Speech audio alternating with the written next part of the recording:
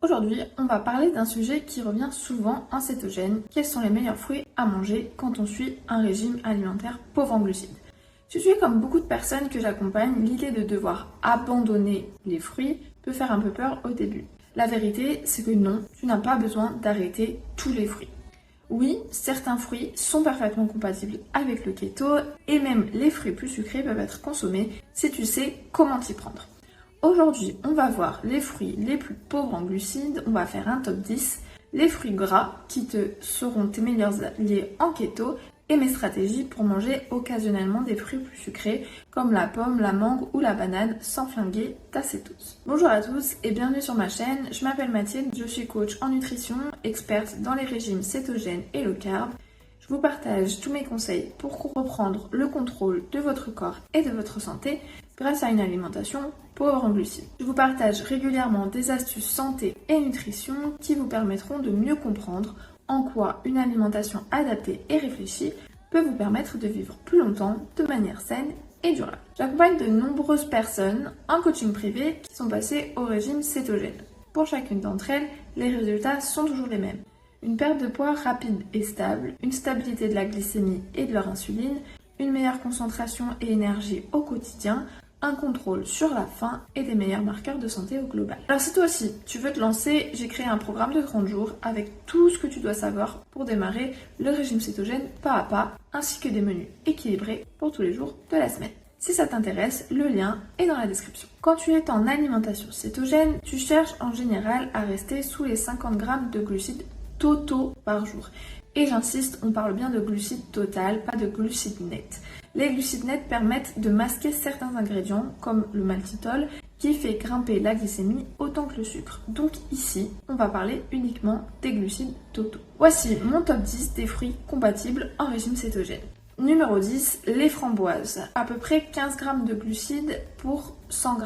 Les fruits rouges en général sont nettement moins sucrés que les fruits tropicaux, donc sont une option raisonnable en cétogène. Numéro 9, les mûres. Environ 14 g de glucides, elles sont légèrement moins sucrées que les framboises. Numéro 8, les cerises.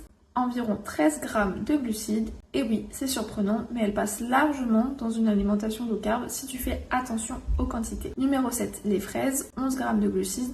C'est elles qui ont le meilleur ratio volume-plaisir-glucides parmi les fruits rouges. Numéro 6, les clémentines. Environ 9 g de glucides pour une clémentine. C'est une super option rafraîchissante, très pratique. Le seul inconvénient, c'est que ce n'est pas toujours la saison. Numéro 5, les citrons. Un citron entier, c'est environ 8 g de glucides. Et oui, en plus, comme on en consomme rarement un entier, l'impact sur la glycémie est minime.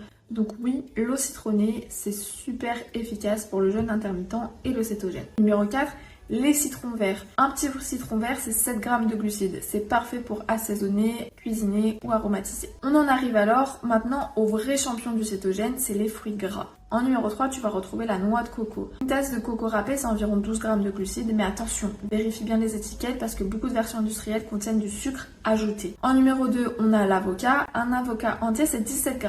Mais en vrai, on mange plutôt la moitié d'un avocat. Donc on sera autour des 8 g.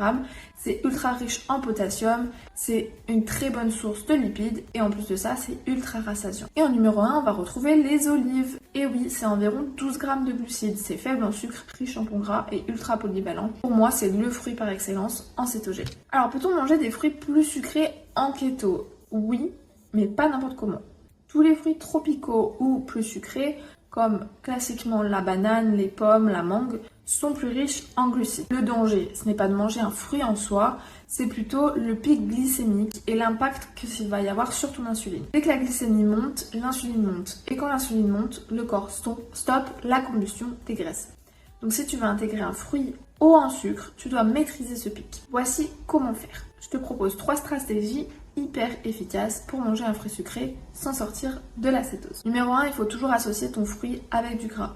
Par exemple, tu vas associer ta pomme avec du beurre d'amande ou du beurre de cacahuète, ta poire avec du fromage, ta mangue avec de la noix de coco.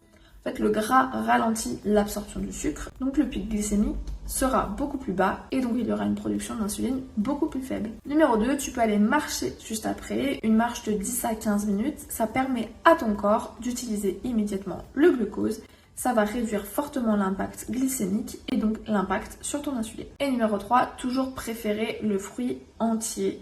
Ne consomme pas des jus, des smoothies, des fruits séchés par exemple comme les dattes, le raisin ou la mangue. Pourquoi? Parce qu'ils font grimper la glycémie bien plus fort que le fruit entier. Sans les fibres ou la peau, le corps absorbe beaucoup plus rapidement le fructose présent dans ces fruits. Donc pour te donner une idée, un jus de fruits, un smoothie ou des fruits secs apportent facilement 3 à 5 fois plus de sucre qu'un fruit frais entier. Alors en conclusion, oui, tu peux manger des fruits en alimentation cétogène.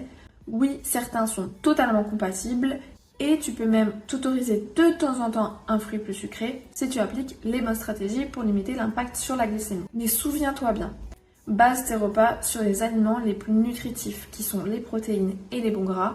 Les fruits doivent rester un complément, pas une base du régime cétogène, et donne la priorité aux fruits low carb si tu veux perdre du poids ou réduire ta glycémie. Alors n'hésite pas à me dire en commentaire quel est ton fruit keto préféré. Et si tu veux aller plus loin, télécharge mon guide gratuit sur le régime cétogène, mes e-books de recettes et mon programme de 30 jours pour te lancer en toute autonomie.